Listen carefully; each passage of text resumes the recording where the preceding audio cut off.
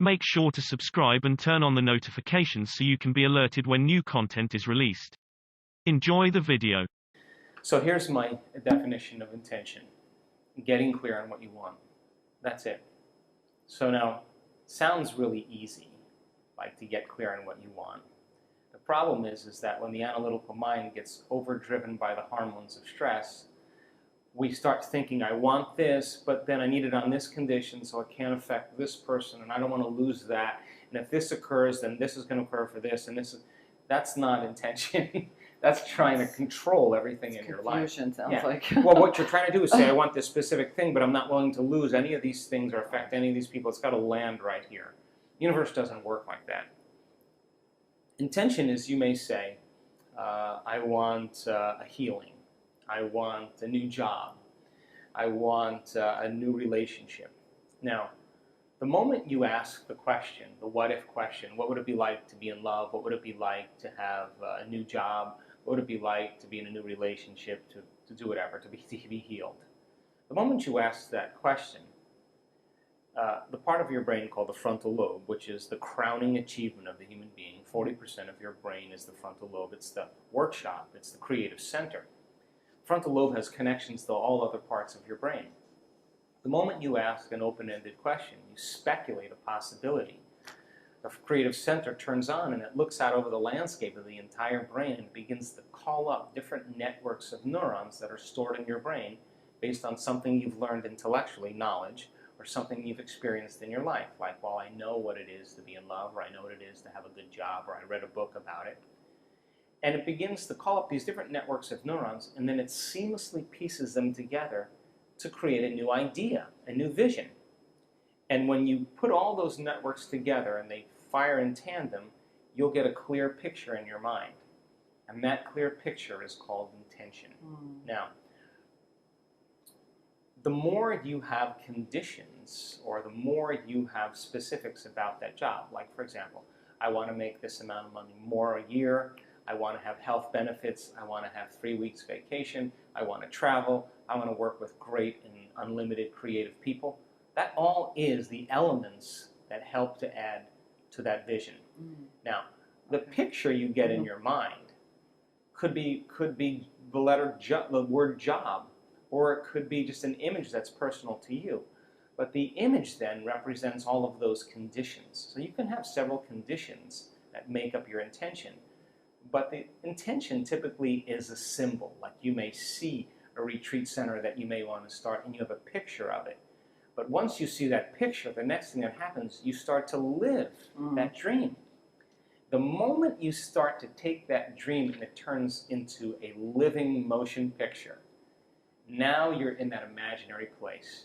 And what happens is, the moment it starts taking on form, and it starts taking on time, you start to experience it, and all the things you're going to do, you're actually living in that future, and your brain does not know the difference between the actual event that takes place in your life and what you're imagining in your mind. We call it mental rehearsal in my work, but you're literally rewiring yourself to the future. Now your brain is no longer a record of the past. It's now, in fact, a map to the future. Now, most people stop at this level, but there's another level. Because once you have that intention, and I watched you do this, what makes the intention have life is when you combine it with that emotion. Why? Because your body is your unconscious mind. It doesn't know the difference between an experience in your life that creates an emotion and an emotion that you're fabricating by thought alone. So your body now, as the unconscious mind, is living in that future in the present moment, and you're beginning to epigenetically change your cells in preparation for that event. So then, here's the condition, the caveat. That means then you can't wait for your healing to feel wholeness. You have to feel wholeness for your healing to occur. That means you can't wait for your new relationship to feel love. You have to feel love so your relationship finds you. It means you can't wait to have your new job to feel empowered.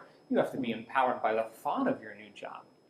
So we're switching the model around because most people wait for something outside of them to change how they feel inside of them. And when they feel better inside of them, they get relief and they say, I like you, you helped me with that. That's cause and effect. That's the old model of reality. What we're talking about here in the quantum model is causing an effect, which means then you are going to have to change how you think and how you feel before the experience occurs in order for the event to find you.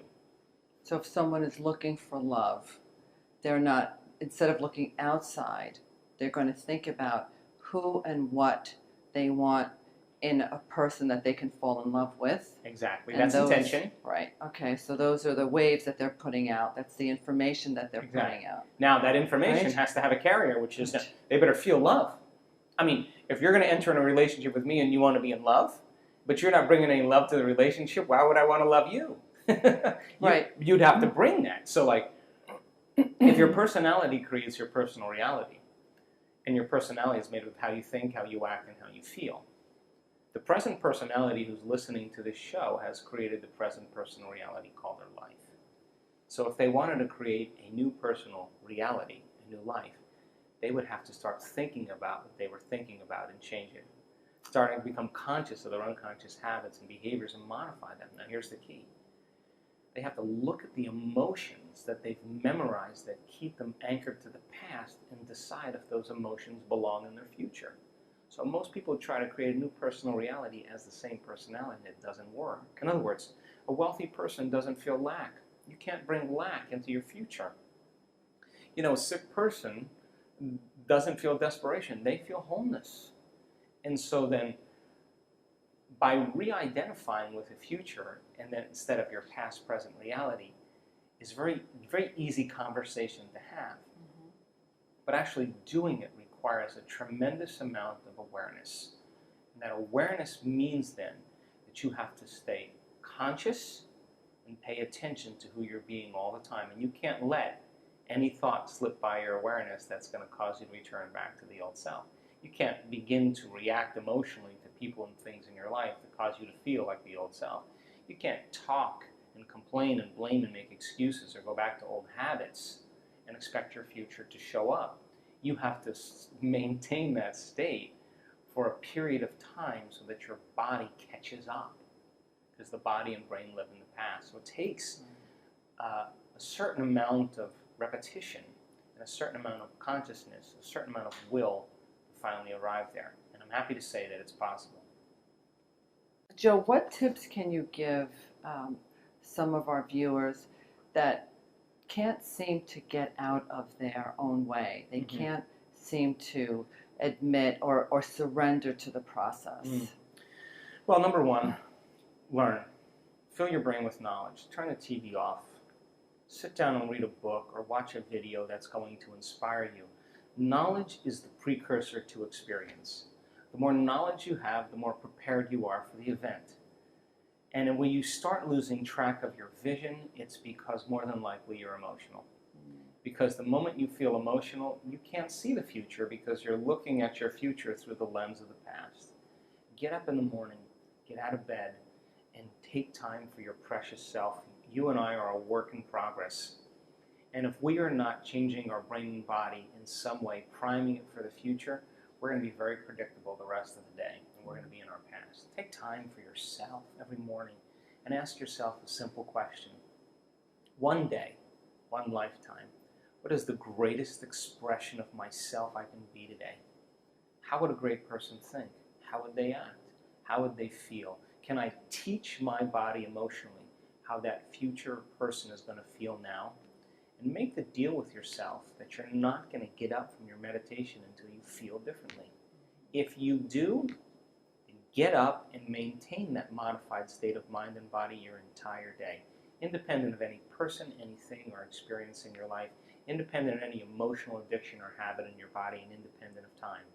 And if you can, get ready, because something unusual is going to happen in your life. That's the law. And so when synchronicities and serendipities and coincidences begin to happen in your life, unexpected events like balloons showing up in windows to remind you that the divine is present, that's an indicator that you are literally now in a dance in this world between your free-willed consciousness and this consciousness that's controlling all of this.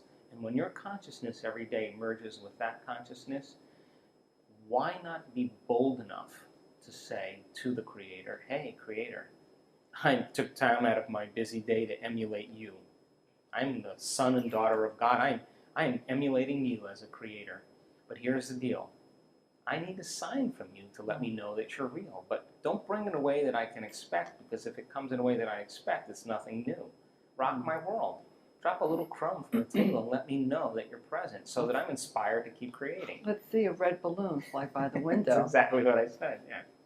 That's the point. So then, when that starts happening to you on a regular basis, you're less prone to judge your coworker. You're less prone to get upset in traffic. You'll be the person going, because you know and when the mystical starts downloading data into your brain and you start having really profound experiences, there's only one thing you want to do, and that is to give. You cannot not give in that place. And you can never return back to business as usual, ever again. And so, is it worth the effort? I think so. I think so too. Definitely do. That's why I'm here. So the past couple of years, you've been researching the effects of meditation on participants in the workshops using the brain mapping.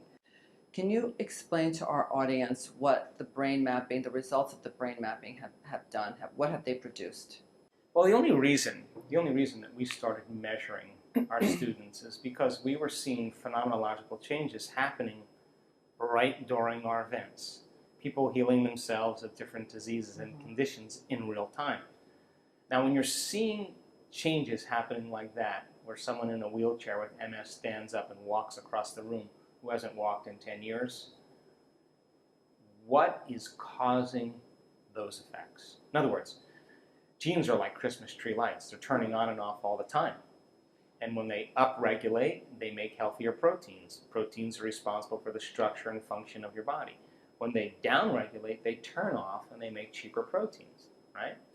So in effect, that person with MS upregulated genes for health and regeneration and downregulated genes for disease and inflammation. Happened in real time. So if you're seeing that in real time, then it means that we have to start measuring. So we brought a team of scientists and researchers from all over the world. And we've done 7 events, as I said. We've done over 2,500 brain scans on our students. And why are we doing quantitative studies on the brain with a team of neuroscientists and technicians? Well, if we can get a group of people and measure their brains before an event, take them through 5 days of meditation, changing beliefs and perceptions, getting beyond themselves, changing their energy, the whole bit. And they have a healing from Parkinson's or a healing from MS or a healing from lupus. I want to know that it's not just in their mind. I want to know that it's in their brain. And then if we randomly select different people and we observe their brain during meditation, we should be able to then gather vital information about what's going on in their inner workings and when they're there and when they're not. And if we can look for things like coherence, and if we can look for things like amplitudes and how fast they can go into a certain state and how long they can sustain that state, and we can measure what's going on and correlate it with their own experience, that's more information for me to teach transformation the next time. We've also, as I said, measured people's hearts. Why? Because we know that when the heart is coherent, the brain is coherent. And when the brain gets coherent, the heart gets coherent. And it's those 2 centers, where we have coherence in both centers, that we're at our best. Because we start to experience wholeness. When you're whole, it's impossible to want. How could you want when you're whole? So we've also measured the energy of the room. Why? Because people are beginning to create coherent fields. The energy should be enhanced in the room. We've measured the energy around people's bodies. Why? Because if they are liberating themselves from those stress hormones and freeing themselves from the chains of those emotional addictions, they're going to go from particle to wave, from matter to energy, and they're going to release photons and release light, and we want to measure if they're doing that. We've measured the energy centers of their body. because that's how you program your autonomic nervous system. We've also measured epigenetic changes and changes in brain chemistry. And all of that information, I think in the last 3 years, I think we've made scientific history. As far as the brain goes, I was just in Phoenix before I got here with the team of neuroscientists and technicians. We looked at hundreds and hundreds and hundreds of brains. And we were moved to tears, actually, in a few cases, because we now know that when you're analyzing your life within some emotion that's bothering you, you will make your brain worse every time, because it's those very emotions that drive your brain further into higher and more aroused states. And since the emotion is a record of the past, the person's basically thinking in the past. They can't resolve the problem from the past. When they get beyond that emotion, that's when they begin to see the answer that they've been looking for themselves. We know that. We also know that when people are living with their attention on things and objects and people, and they're living by the hormones of stress, and they're obsessing about time and obsessing about their bodies, that they have very little effects or changes in their brain. We also know that when a person gets to the place where there are no body, no one, no thing, no where, and no time, that's the moment they literally are pure consciousness. Now, consciousness is what changes the brain. The brain never changes the brain. The program never changes the program. The personality never changes the personality. The ego never changes the ego. Matter never changes matter. It's only when a person becomes pure consciousness that consciousness with that energy is the epiphenomenon of matter. And so when people reach this elegant state where they disconnect from their body, that's when they can heal their body. When they forget about their life, that's when they can change their life. When they forget about that they're a woman or a wife or a grandmother or an attorney or a lawyer or a father or heterosexual or homosexual or vegetarian or a social security number or a name, a face, when they get beyond all of their elements that they identify with, that's the moment where they can begin to change their life or create some new time. And in fact, we've seen this enough times that I can say that you and I are at our absolute best when we get beyond ourselves. I don't know how else to say that. So, in the last 2 years, we've seen our students able to change their brain waves and move into a meditative state in 2 seconds, in 4 seconds, in 5 seconds, in 9 seconds, in 12 seconds, in 20 seconds, in 30 seconds. Most people, it takes them a couple minutes to get there. Our students have developed the skill to get beyond their analytical mind. We've also captured amplitudes of energy in the brain that you will never see in a clinical setting or never see in the history of neuroscience. Not once, not twice, not 3 times, over and over again. Now, what do I mean by that? If you see a brainwave strip chart and you see little waves like this and you have the electrodes all over the brain, and you see like beta brain waves and you see alpha brain waves, the brain's slowing down, you see theta, the person's in twilight state, and when they're in delta, they're asleep, and then every now and then you see gamma, which is super consciousness. You see those waves kind of wiggle in a small amplitude. Over and over again, we see students, we're looking at their brainwaves. If you picture grabbing a handful of Crayola crayons and then just going like this, and up and down over the entire strip chart where you can't even see the waves, it just looks like a bunch of colors. There's no way for us to measure what's going on in their brain, so we've created another way to measure the effects. And so most people's brains, when they fire little networks of neurons, the energy in their brain is somewhere between 10 to 60 microvolts of energy squared. So 10 to 60 is normal. We're capturing 650,000 microvolts of energy, 1 million microvolts of energy, Really? 2.5 million microvolts of Wow. energy, 4 million microvolts of energy. And what that means then is that the person is having a full-on sensory experience without their senses. Whatever's happening between their ears is more real than anything that's ever happened in their entire life. Wow. So if they were traumatized and abused and beaten, and the intensity and the energy of that event branded them neurologically and emotionally, and they can't get beyond it, when they're having that inner experience, and it is a complete mystical experience, and the amplitudes are that high, the energy from that experience inwardly is greater than any past trauma, and that's the moment experience rewrites the circuitry in the brain, rewiring themselves in 1 second, and then sending a new emotional signal to their body, and that is the moment the gene gets regulated, and it's like the past is literally washed away out of the body. Now, we've seen that now probably in 25, 30 cases now, where the amplitudes are extremely high. Now think about this. What would happen right now if you and I had our senses increased by 25%?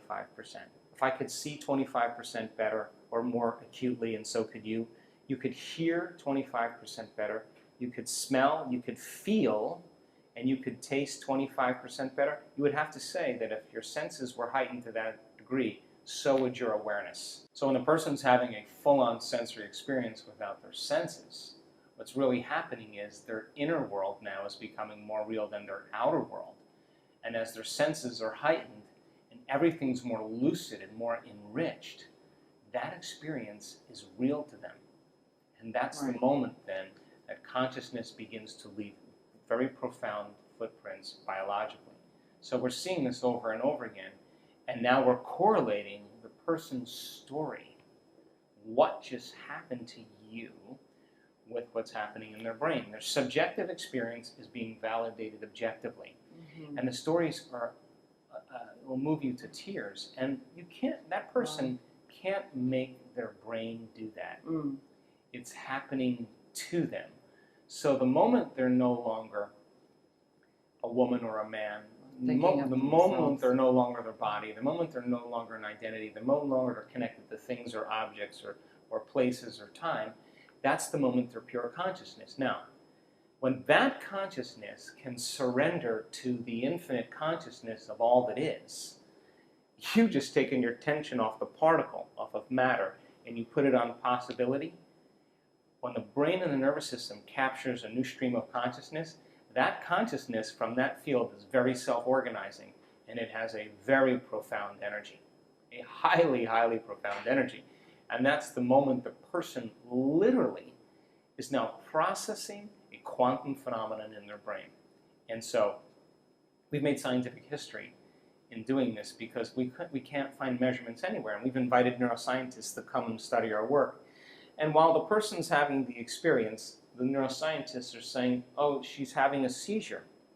And I say to them, does she look like she's having a seizure? She's sitting there statuesque. And at the same time, she's wearing an HRV monitor. And if she was having a seizure, that heart would be going crazy. And her heart, for the entire hour, is in complete love, in complete coherence. She is enjoying, she doesn't want the moment to end. She wants it to last forever. She's caught up in a realm beyond space and time. And so we're doing a lot of great things. Yes, you are. So now what happens to her after? I mean, does she need to continue when she comes out of her meditative state? Her life has changed. I mean, we know that. There's no way you can go back, just as you said. And what happens then? Does she continue to embrace the meditations? Does she go further? Does she want more? Well, just think about this. Let's just demystify it. Let's just say we're talking about tennis or snowboarding. And you have a really great moment where you connect, and now you know how to backhand, or you now know how to carve on a snowboard. You're going to enjoy the experience, yeah? So, very, very interesting phenomenological changes have taken place. I've actually flown somebody to my house to talk to him one-on-one after this experience of 2.5 million microvolts of energy in his brain. And sometimes for 17 minutes. In the last event that we did in Germany, the amplitudes of energy were so high in this person's brain that in the next sentence, the next moment, the amplitudes were so high that in the next moment, there was no brainwaves reading at all. Flatlined. Really? And we thought, is he dead? But what happened was the machine wasn't built to calibrate that amount of energy. So then it kind of picked up again, and then 10 minutes later, flat lines again after these high amplitudes. And we're sitting there with the hugest smile on our face because we were going, wow. So what's the Wow. relevance of that? Our spectrum of reality, perception-wise, is less than 1%. Now, this is not spiritual mumbo-jumbo. The light spectrum of all light, X-rays, gamma rays, infrared rays, ultraviolet rays, visible light rays, we're looking at the spectrum of ultraviolet. Look on a spectrum of physics, and you'll see a visible light spectrum this big, and then there's a huge spectrum. This is what we're seeing visible light-wise, this much. But there's information that's way beyond our senses. So then when you have a full-on sensory experience like that, that is very transcendent, very interdimensional, very abstract, you'd have to agree then, your brain could only perceive what it's wired to perceive. So now the person has a very transcendent experience, and their perception of reality, that spectrum, is broadened. Now they're seeing what other people don't see, because now it's wired in their brain and they can see it. So the stories that have taken place as a result of that, people have really had some pretty amazing moments in their waking day, because now their brain is wired to perceive reality.